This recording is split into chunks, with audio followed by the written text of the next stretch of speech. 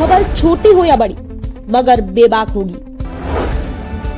हर खबर पर होगी पैनी नजर। आप देख रहे हैं बिजनौर दस्तक। इससे पहले भाजपा देश में कई जातियों और कई धर्मों के नाम पर इस तरह के उन्माद करा के ध्रुवीकरण करना चाहती है। ये कर्नाटक में भी हुआ।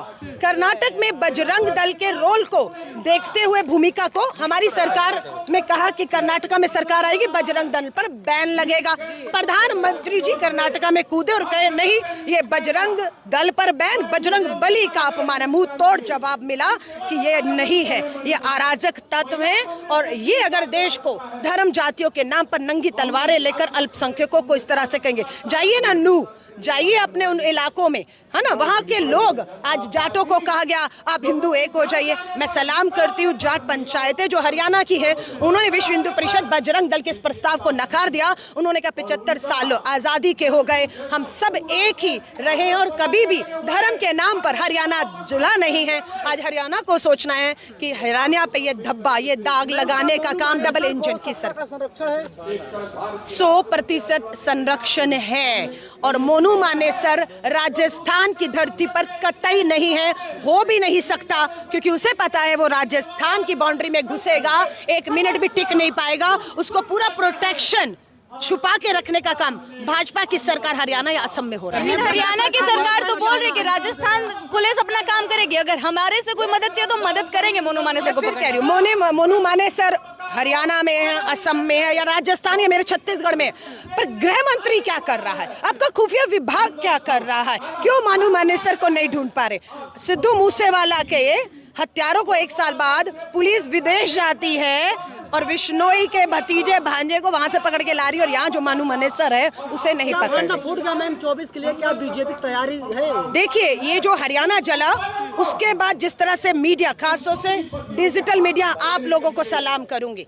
कल से गोदी मीडिया को लेकर बहुत से कार्टून आ रहे हैं, उन्हें घेरा जा रहा है कि वो सच्चाई नहीं दिखा रहे। इवन एक चैनल तो अपना अंबानी का है, वहां तक बात पहुंची जा रही है कि आप अपने चैनलों के माध्यम से धर्म, जाति, हिंदू मुस्लिम का अनुवाद कराने की इजाजत अपने एंकर को, अपने चैनलों को कैसे दे रहे हैं? सलाम है, सिर्फ आप ट्यूब चैनल की वजह से। मोनू मानेसर ने भी इस बात का कहा है कि आपने उसे फंसा दिया है, क्योंकि आपने मोनू मानेसर, हरियाणा सरकार, उनका संरक्षण, ये आग को बेनकाब कर दिया है। इसलिए आज और बजरंग दल है, क्या आरएसएस का भी पीछे से हाथ है?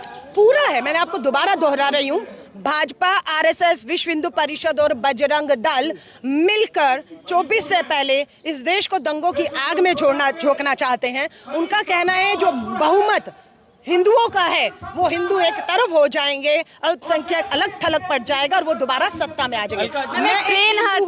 मैं एक हिंदू हूँ, मैं इससे बिल्कुल इत्तेफाक नहीं रखती हूँ। मैं हर हिंदुओं को कहूँगी, एक रहिए, इस सरकार को उखाड़ फेंकिए जो हम 70% को 30% का डर दिखा रहा है। एक सवाल है, जिस तरह से देखा जा रहा है कि मोनू मानेसर टीवी पे आके धड़ल्ले से इंटरव्यू दे रहा है, लेकिन पुलिस और जो देश का प्रशासन काम मिल नहीं रहा है, ऐसा कैसे? बहुत बड़ा सवाल है, गंभीर सवाल है। देश के गृह मंत्री को, भाजपा का जहां जल रहा है हरियाणा, उसके मुख्यमंत्री, उनके गृह मंत्री को मोनू मानेसर नहीं मिलता, लेकिन एक टीवी के ऊपर मोनू मानेसर को इंटरव्यू देते हुए देखा। मालूम है, मैं नाम नहीं ले रही, सबने देखा। हाँ, उसके बावजूद अगर वो पकड़ा नहीं जाता, देश के गृह मंत्री अमित शाह जी आपसे तो इस्तीफा दे दीजिए। आप आतंकियों को क्या पकड़ेंगे अगर आपसे एक अपराधी भारत के अंदर नहीं पकड़ा जाए? ट्रेन हादसा सामने आया, रेल वाला हादसा जो सामने आया, आरपीएफ के जवान ने जो 4 लोगों को मौत के घाट उतारा, और वहां पर जो बयानबाजी आई कि हिंदुस्तान में रहना है तो बीजेपी को वोट देना है, मोदी योगी को वोट। देखिए, आपको इस बात से समझ आ जाएगी, जो रेलवे सुरक्षा बल का जो जवान है उसने क्या बोला। उसने 4 या 5 लोगों को मौत के घाट उतारा, 4, जिसमें से 3 मुस्लिम, और ये कहते हुए कि हिंदुस्तान में रहना है, मोदी योगी को वोट करना है और पाकिस्तान, ये जहर नफरत का भर दिया गया। और ऐसे बहुत घातक मानव, मैं कहती हूँ मानव क्या कहें, एक बम, हाँ, यहाँ हमारे आसपास घूम रहे हैं। उनके दिमाग में, उनके दिलों में इतनी नफरत और हेट पहुंचा दी गई है सिर्फ सत्ता वापस हासिल करने के लिए। मैं सबको कहूँगी, हिंदू आप भी हैं, हिंदू मैं भी हूँ, और ये हिंदू मुस्लिम की लड़ाई नहीं, इस देश की लड़ाई है। राहुल गांधी जी की भारत जोड़ो यात्रा भी इसी मकसद से निकाली गई थी,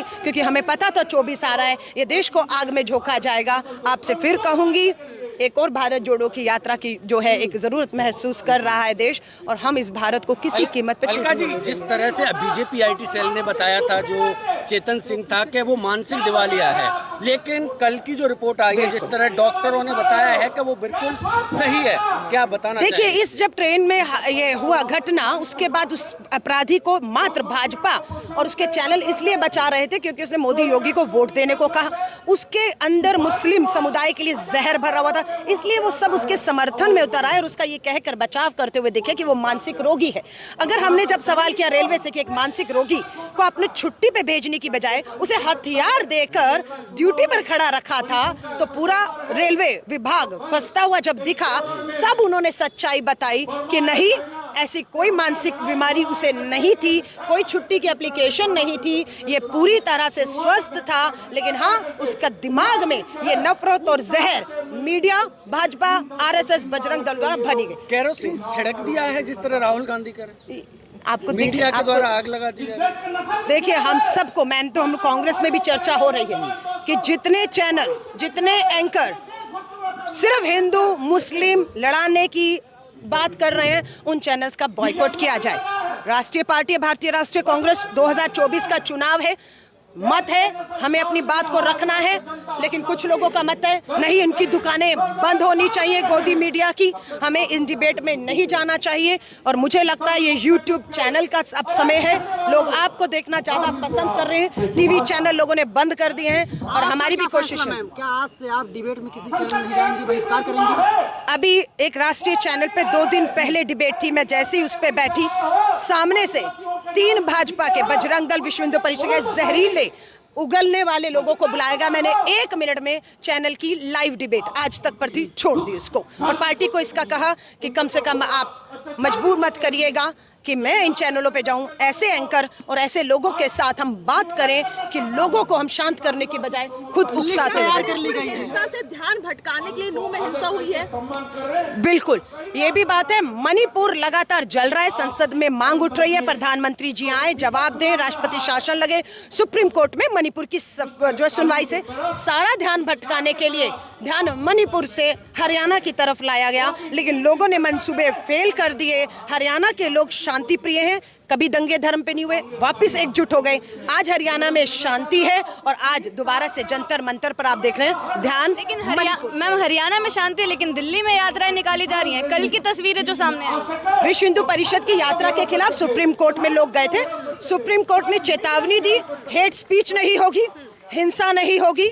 मैं इजाजत देता हूँ, लोकतंत्र के तहत विश्व हिंदू परिषद रैली करे। अब वो रैली होगी, लेकिन अगर उसमें हेट स्पीच हुई, उसमें अगर हिंसा हुई, तो सरकार और वो संगठन पूरी तरह दोषी होगा। और मैं आप सभी से कहूंगी, इस तरह के हर कार्यक्रम में आप जाइए, मोबाइल कैमरे ऑन रखिए, ताकि जो भी हिंसा करें वो आपके इन कैमरों में कैद हो जाएं, क्योंकि सुप्रीम कोर्ट इसी के आधार और इसी को सबूत मानकर जो है वो कार्रवाई कर रहे हैं। एक सवाल है, जैसे ट्रेन वाला जो हादसा हुआ है, हादसा नहीं उसे जिसे कांड किया गया है, क्या मुस्लिम समाज में डर का माहौल पैदा करने के लिए किया गया? देखिए, डर तो पैदा हो चुका है। नूह में 150 परिवारों में से सुनने में आया है 100 से अधिक परिवार डर से अपने घर छोड़कर जो है वहां से चले गए, और दिल्ली की तरफ आने के लिए रात तक पुलिस से कहते रहे, हरियाणा से, हमें सुरक्षित निकलने का यहाँ से जगह दीजिए, हम असुरक्षित हैं। बेटी और बहनों को रोते हुए देखा कि आदमी घर नहीं होंगे, घरों में घुसेंगे, उनके साथ बलात्कार हो सकते हैं, उनके साथ जघन्य अपराध हो सकता है, वो चेतावनी दे रहे हैं। अगर उसके बावजूद भी कुछ होता है तो आप सोच लीजिए कौन जिम्मेदारी होगा। बार बार मणिपुर की घटना पे बताते रहे। हरियाणा हिंसा की जानकारी स्थानीय खुफिया सरकार के पास थी, लेकिन ये रोक नहीं पाए। अब अगर बेटियां कहती हैं कि अल्पसंख्यक परिवारों के घरों में घुसकर अगर ये उपद्रवी बेटियों पर हाथ डालते हैं इज्जत पर, तो फिर सरकार को आप और बता जो है राजस्थान से और छत्तीसगढ़ की जा रही है। सुप्रीम कोर्ट ने इसका जवाब दिया कि प्रधानमंत्री जी संसद में चर्चा से पहले 20 जुलाई को आकर मणिपुर की तुलना पूरे देश से कर देते हैं। सभी मुख्यमंत्री से अपील करता हूँ, एक जनरल अपील कर गए, मणिपुर पे शांति की अपील नहीं की। 90 दिन से आपकी डबल इंजन की सरकार में वो जल रहा है, बेटियों के साथ जगह कुछ नहीं बोला। सुप्रीम कोर्ट ने भी क्या कहा, आप क्या चाहती है सरकार कि मैं या तो सारे देश पे बोलूं या मणिपुर पे ना बोलूं? मेरे पास मणिपुर की बेटियां आई हैं और मणिपुर 90 दिन से जल रहा है। 60,000 मणिपुर में लोग राहत शिविरों में हैं, स्कूल कॉलेज काम धंधे सब बंद हैं। हैं, इसलिए मणिपुर की तुलना राजस्थान छत्तीसगढ़ से करके सरकार बच नहीं सकती है। स्मृति ईरानी जी ने भी यही बोला संसद में जब उनसे बातचीत की गई, तो कितना गुस्से वाला उनका एक रूप सामने आया। सुना आपने, और फिर निर्मला सीतारमण जी ने पलट कर भी तो देखा कि मणिपुर की आग में, अभी तक तो पंडित जवाहरलाल नेहरू जी इनके हर चीज के पीछे दोषी थे, आज मणिपुर की आग में मीडिया के बीच में, आप सबके बीच में राहुल गांधी जी गए, खुली किताब की तरह गए, कहाँ गए, किनसे मिले, क्या बात हुई, गवर्नर्स को सब है। अब ये बौखलाहट है, स्मृति ईरानी महिला बाल विकास मंत्री के तौर पर पूरी तरह फेल हो गई है। मैंने उनको याद दिलाया कि अब आप सास और बहू के सीरियल में नहीं है, आपकी नौटंकी नहीं चलेगी, आप महिला बाल विकास मंत्री है, संसद में खड़ी है, संवेदनशीलता गंभीरता दिखाइए, मणिपुर पर बोलिए और मणिपुर जाइए, उन दोनों बेटियों से मिलिए, सुप्रीम कोर्ट की दहलीज पे खड़ी हैं। तो एक्टिंग, ड्रामा, जुमले, अब इसका अंत होने वाला है और इसके लिए आप सभी बधाई के पात्र हैं। ये लोकतंत्र की चौथी लड़ाई, जो चौथा स्तंभ है, वो आप लोग भी लड़ रहे हैं। ये दिख रहा है कि हमारी आवाज, विपक्ष की आवाज, देश की इस आधी आबादी की आवाज लोगों तक पहुंच पा रही है। बहुत बहुत